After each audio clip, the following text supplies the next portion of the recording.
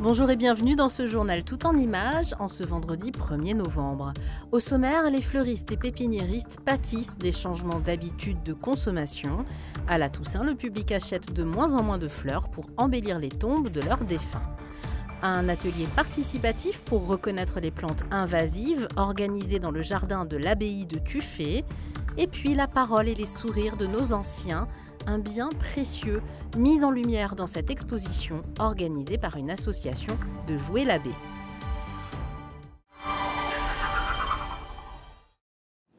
À la Toussaint, c'est lui le roi. Au marché des Jacobins, on trouve du chrysanthème de toutes les tailles et de toutes les couleurs.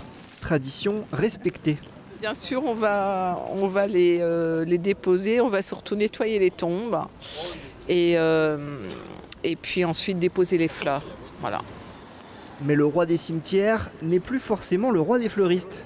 D'année en année, ils en vendent de moins en moins.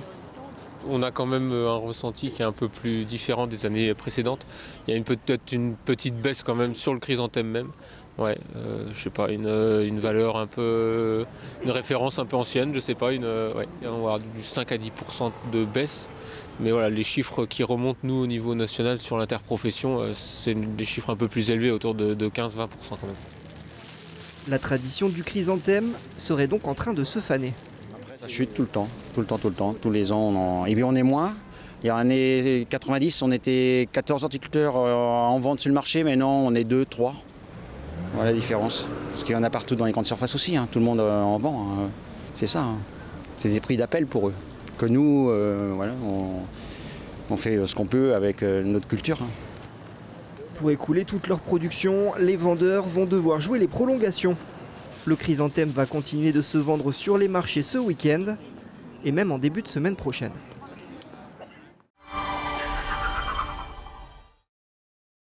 Ce jeudi 31 octobre, les syndicats et salariés de Valeo-la-Suze ont levé la grève illimitée mise en place 10 jours auparavant. Un accord sur la prime de fin d'année a été trouvé en attendant des réponses quant à l'avenir du site sartois de l'équipementier. Le 15 décembre prochain, la direction pourrait faire une annonce pour clarifier la situation. Une information pratique pour les usagers de la ligne T2 du tram au Mans. Lundi 4 novembre, les travaux d'allongement des rames vont débuter. La ligne sera donc suspendue entre Comte-du-Maine et Bellevue-Haut-de-Coulaine jusqu'au mois de janvier. Un bus de remplacement sur ce tronçon est prévu, le B2. Durant cette période, le tram T2 desservira l'université, une période de service dégradé nécessaire pour allonger 22 quais de tram de cette ligne afin d'accueillir 40% de passagers en plus. Ça chauffe chez Noël. Ça chauffe chez Daniel, ça chauffe chez Daniel. C'est une véritable chasse au trésor. Ici, le butin n'est pas des pièces d'or, mais bien des plantes exotiques envahissantes. Sous les conseils d'Edith, les participants recherchent 7 espèces présentes au jardin de l'abbaye de Tuffet. Laurier, maintenant c'est le magnolia. Organisé par France Nature Environnement Sarthe et l'association CPNES, l'atelier permet aux jardiniers d'apprendre à différencier les espèces à protéger de celles dont il faut se débarrasser.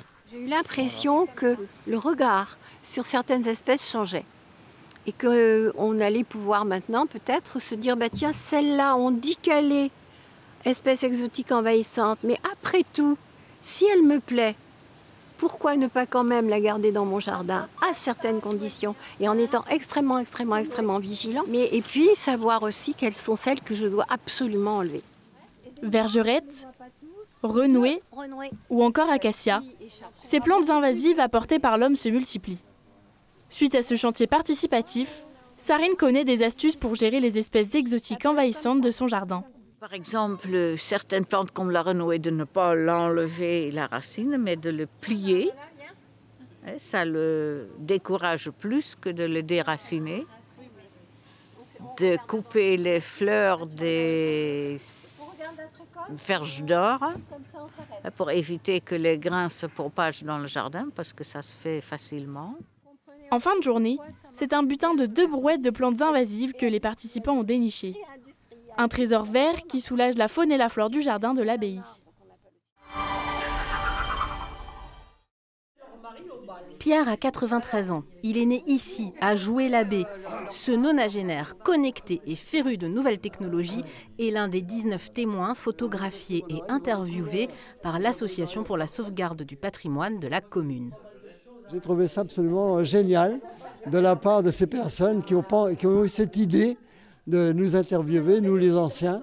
Ça nous oblige à chercher dans nos souvenirs et mon enfance avec mes grands-parents, mon grand-père qui était charron, forgeron, le grand café des laboureurs en face de l'église à Joué-la-Baie, là. Le bonheur de se raconter et de transmettre qui l'on est et ce que l'on a vécu. Des choses simples, mais les sourires et les expressions sur les photos ne mentent pas. Et cette histoire, il n'y a rien de mieux pour l'obtenir que de créer un climat de confiance et d'interviewer sur une période de plus que 5 minutes, c'est plutôt 1 heure, voire 2, voire quelquefois on répète plusieurs fois. Et finalement, il se livre complètement et la gestuelle va avec.